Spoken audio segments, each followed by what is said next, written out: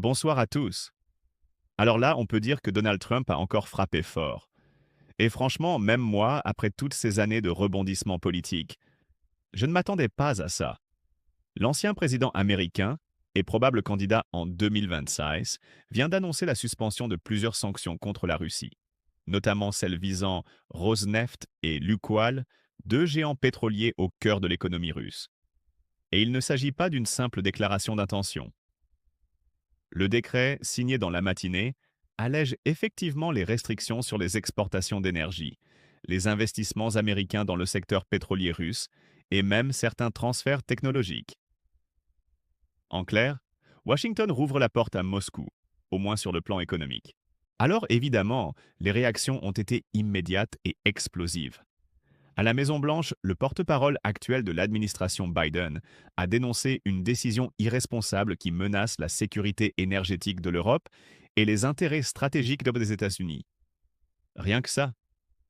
Mais Trump, fidèle à lui-même, a répondu dans un style bien à lui.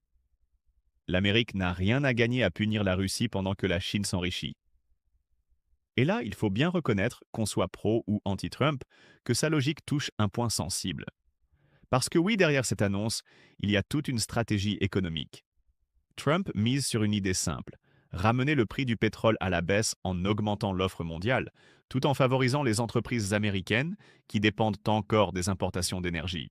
Et il faut dire qu'en pleine période d'inflation persistante, l'argument frappe fort auprès de l'électorat.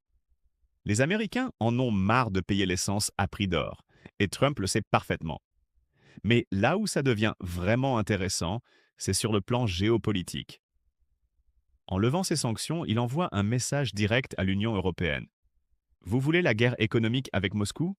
Faites-la sans nous. Et pour certains pays européens, notamment la Hongrie ou la Slovaquie, cette position tombe presque comme une bénédiction. Viktor Orban a déjà salué la décision, affirmant que Trump comprend enfin ce que les bureaucrates de Bruxelles refusent d'admettre. Sans énergie russe, l'Europe s'étrangle. De l'autre côté, bien sûr, Paris et Berlin fulminent. Emmanuel Macron aurait, selon plusieurs sources diplomatiques, qualifié cette annonce de faute stratégique majeure. Et on le comprend. L'Europe, déjà fragilisée par la guerre en Ukraine, se retrouve une nouvelle fois tiraillée entre sa ligne pro-soutien à Kiev et sa dépendance énergétique. Mais attention, il ne faut pas voir cette décision uniquement comme un cadeau à Poutine. Certains analystes à Washington y voient plutôt une manœuvre électorale. Trump veut se présenter, une fois encore, comme le seul capable de parler à la Russie sans déclencher une guerre. Et dans un climat où les Américains se lassent d'un conflit lointain qu'ils ne comprennent plus vraiment, cette promesse de paix pragmatique a un certain charme, n'est-ce pas? Personnellement, je trouve cette annonce fascinante, parce qu'elle illustre à quel point les lignes bougent.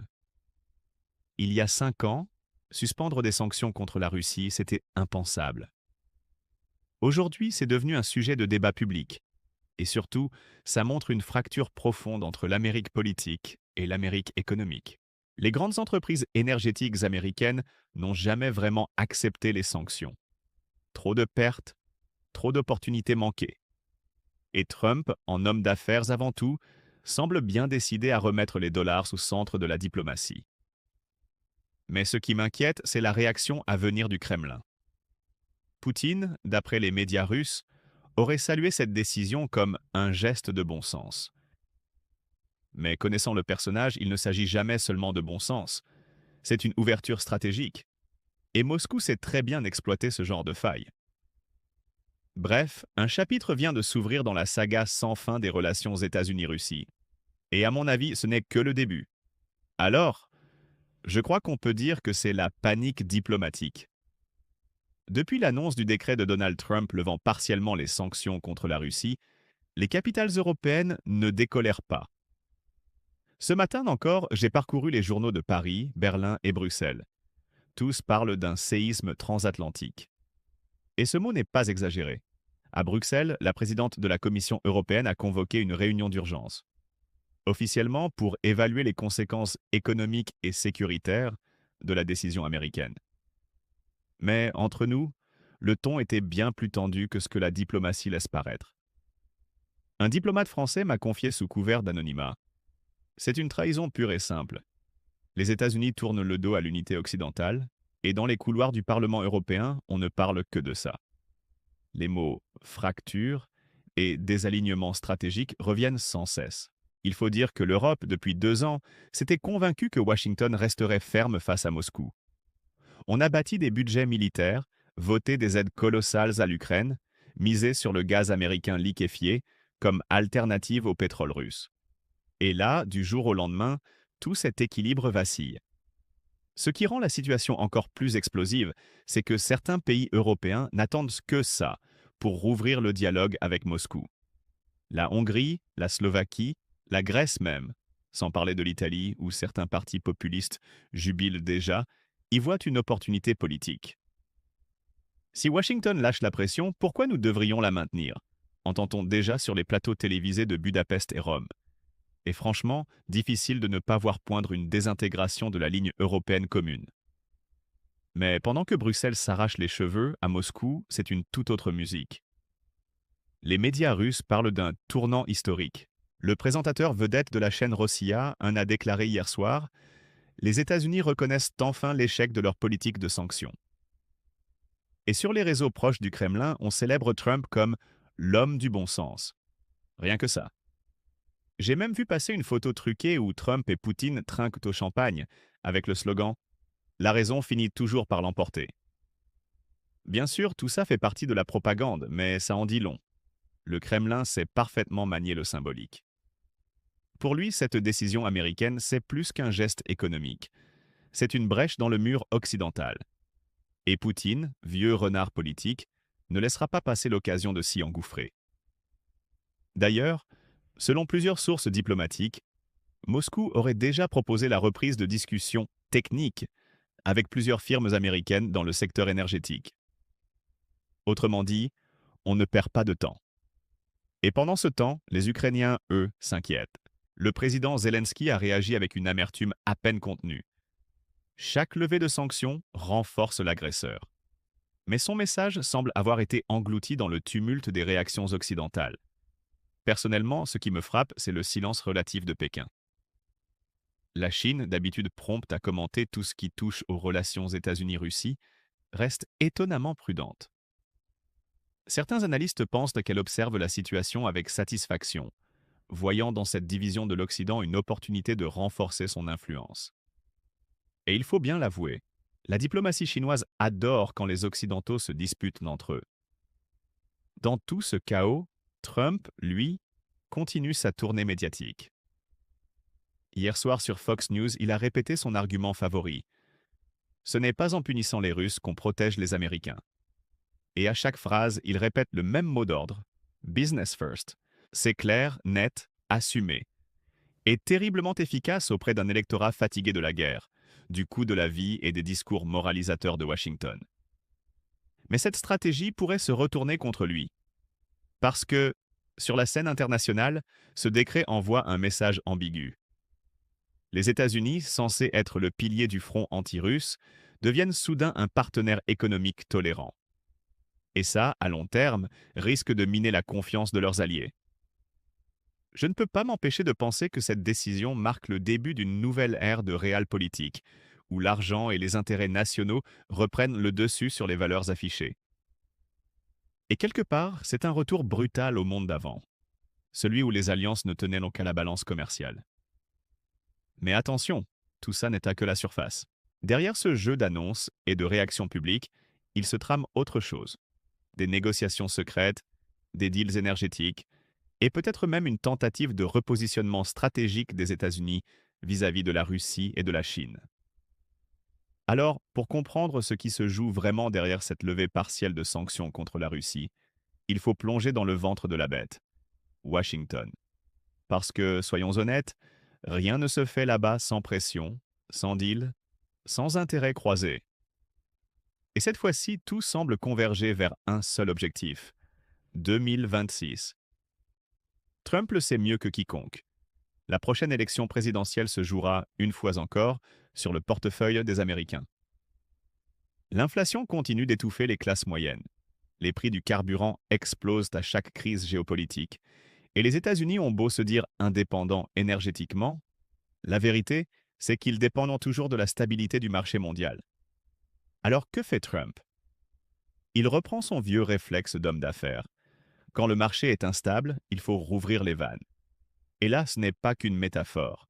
En suspendant les sanctions sur Rosneft et Lukoil, Trump redonne de la marge aux compagnies pétrolières américaines, celles qui importent, raffinent ou commercent avec le brut russe via des circuits secondaires.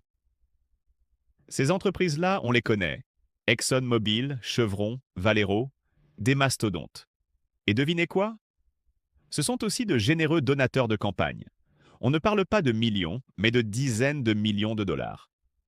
D'après plusieurs sources proches du Parti républicain, des discussions informelles auraient eu lieu dès le mois d'août entre des représentants de ces groupes et des conseillers économiques de Trump.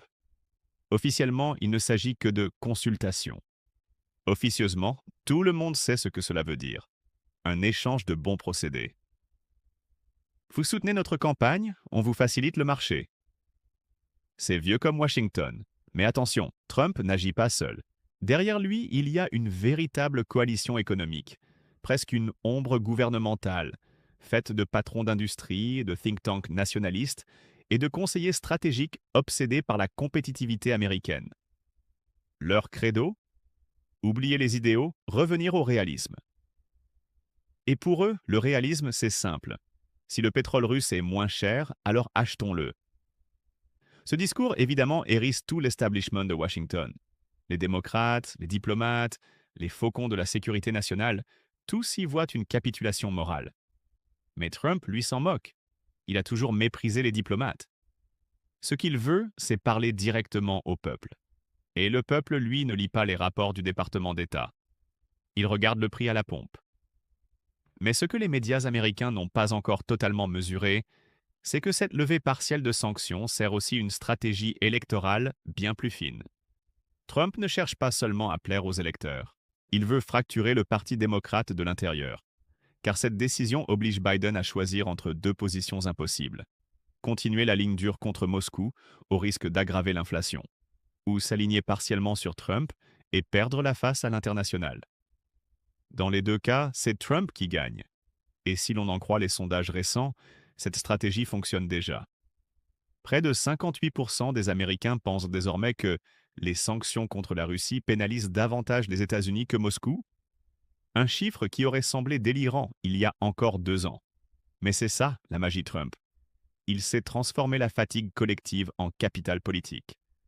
Pendant ce temps, dans les couloirs du Congrès, les débats sont électriques. Certains sénateurs républicains modérés crimatent à la trahison. D'autres saluent le courage de briser le consensus inutile de l'establishment. Et parmi eux, un nom revient souvent. Rand Paul, toujours prêt à dénoncer les aventures impériales américaines. Mais même au sein des démocrates, la cohésion s'effrite. Des figures comme Joe Manchin ou Kyrsten Sinema se disent prêtes à réévaluer la politique énergétique envers la Russie.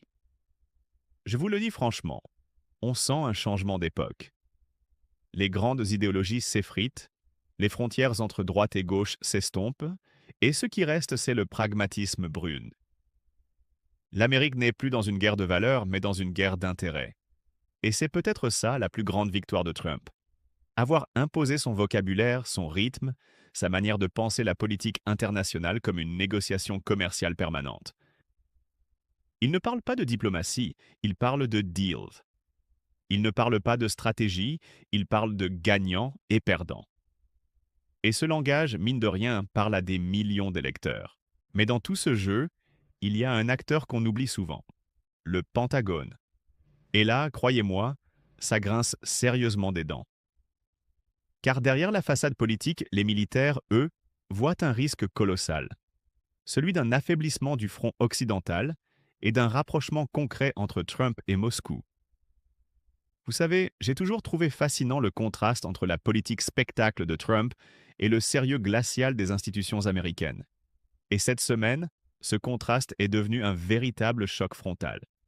Car après la levée partielle des sanctions contre Moscou, le Pentagone et la communauté du renseignement ont littéralement sonné l'alarme. D'après plusieurs fuites relayées par le Washington Post et Politico, une série de réunions d'urgence se serait tenue dans les sous-sols du département de la Défense. L'objet? évaluer les conséquences immédiates et stratégiques de la décision présidentielle. Et le ton, selon ceux qui y ont assisté, était glacial. Un haut responsable militaire aurait lâché cette phrase. Ce décret offre à la Russie un souffle économique dont elle avait désespérément besoin. C'est un risque majeur pour la sécurité européenne et pour nos troupes déployées. Car oui, il faut se rappeler qu'à ce jour, des milliers de soldats américains sont encore stationnés en Pologne, en Roumanie, dans les États baltes. Ils participent à la dissuasion de l'OTAN face à la Russie. Et là, d'un coup, leur mission perd en crédibilité. Comment expliquer aux alliés que Washington protège l'Europe tout en rouvrant le marché aux compagnies russes? C'est une contradiction flagrante, et au sein de l'armée, on le sait très bien. La CIA, de son côté, n'est pas restée silencieuse. Un rapport interne, classé secret no foreign, mais dont quelques extraits ont fuité, évoque le risque d'une remobilisation économique de la machine de guerre russe, grâce à l'assouplissement américain. En clair, si Moscou vend plus de pétrole, elle encaisse plus de devises, donc elle peut produire plus d'armes. Et cette équation, les services de renseignement la connaissent madame par cœur depuis la guerre froide. Mais le plus étonnant, c'est la réaction publique du chef d'état-major, le général Mark Milley, pourtant réputé discret. Lors d'une conférence à Arlington, il a déclaré, sans jamais citer Trump directement, les alliances se construisent que sur la cohérence et la confiance. Quand ces deux éléments vacillent, tout vacille. Une phrase mesurée mais lourde de sens. Dans le langage militaire américain, c'est l'équivalent d'un avertissement. Et pendant que les uniformes froncent les sourcils, Trump, lui, reste imperturbable. Il accuse les bureaucrates du Pentagone de vivre dans un autre siècle et répète que la paix passe par la prospérité, pas par les sanctions. C'est un message qu'il martèle depuis des années. Moins d'armées, plus de deals. Et dans un pays fatigué de 20 ans de guerre lointaine, ce discours a un écho redoutable. Mais attention, cette fois-ci, il touche à un tabou, la cohérence stratégique des États-Unis. Parce qu'en agissant unilatéralement, Trump court-circuite la logique même de l'OTAN. Et les partenaires européens, déjà secoués par cette volte-face, commencent à douter de la fiabilité de Washington. J'ai lu ce matin dans Le Figaro une phrase d'un diplomate français qui résume parfaitement la situation.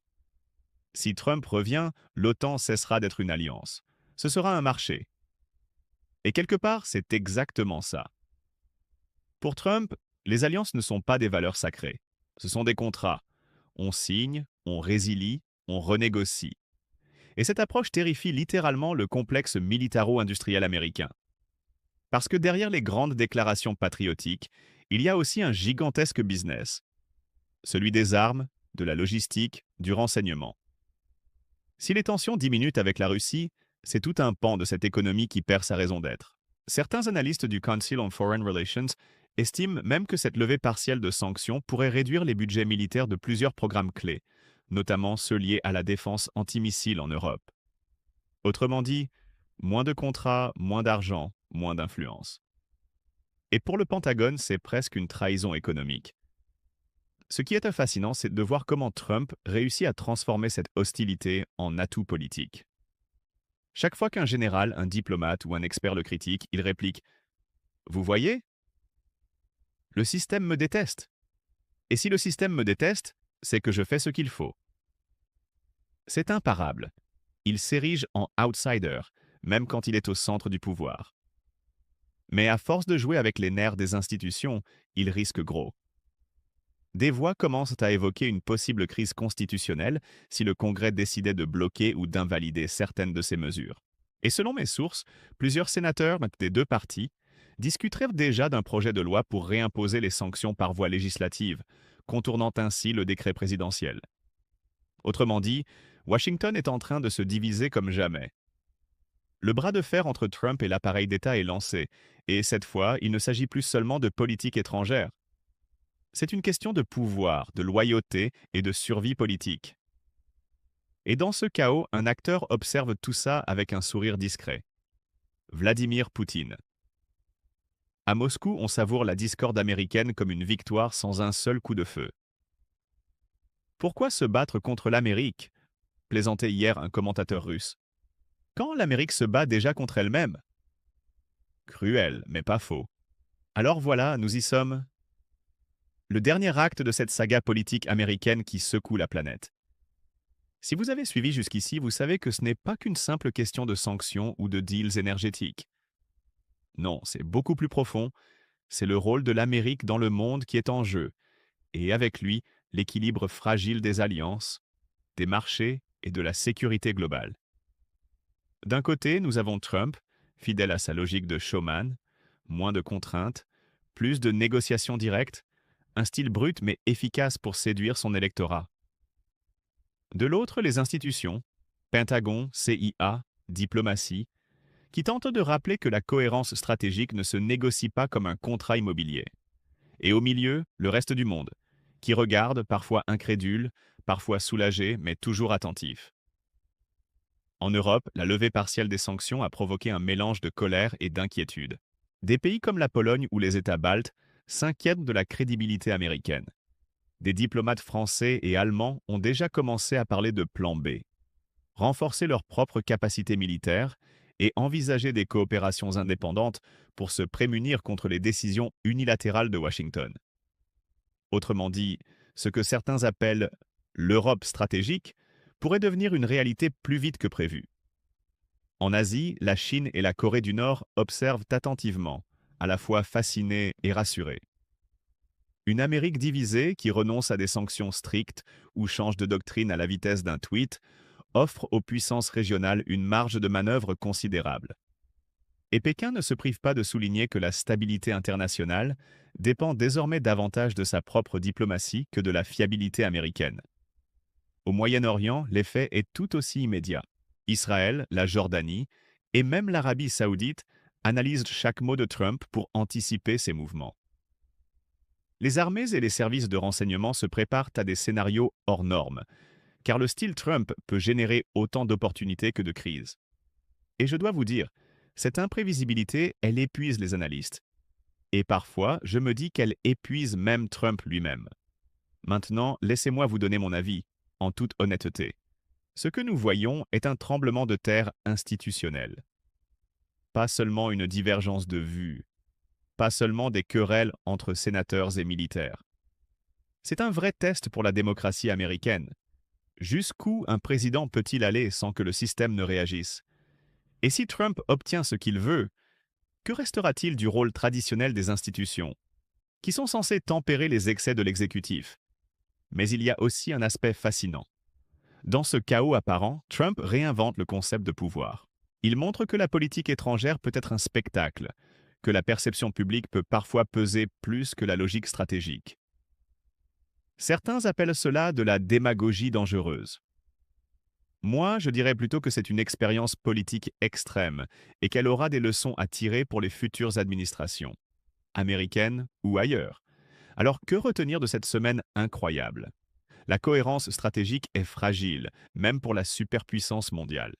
Les alliances traditionnelles peuvent se fissurer en quelques décisions présidentielles. Le monde n'attend pas, il s'adapte, se repositionne et parfois profite de la confusion américaine. Et moi, en tant que narrateur-observateur, je vous le dis franchement, c'est un moment historique. Pas parce que Trump est populaire ou controversé, ça, c'est toujours le cas, mais parce que les règles du jeu mondial sont en train de changer sous nos yeux, et que chacun, États-Unis compris, doit se demander jusqu'où pouvons-nous aller avant que l'ordre établi ne vacille complètement? Alors voilà, chers téléspectateurs, la saga se termine ici, du moins pour cette séquence. Mais je vous garantis que les conséquences, elles, vont se faire sentir encore longtemps. Les alliances, les marchés, la diplomatie, tout sera réévalué. Et nous, en tant qu'observateurs, devons garder les yeux ouverts, les oreilles grandes ouvertes, et surtout, ne pas oublier. La politique n'est jamais un simple spectacle, même quand elle ressemble à un show télévisé.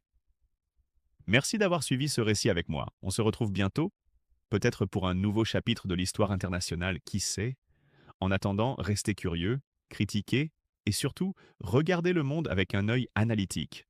Parce que, croyez-moi, il change à une vitesse folle. Au revoir et à très bientôt pour de nouvelles analyses.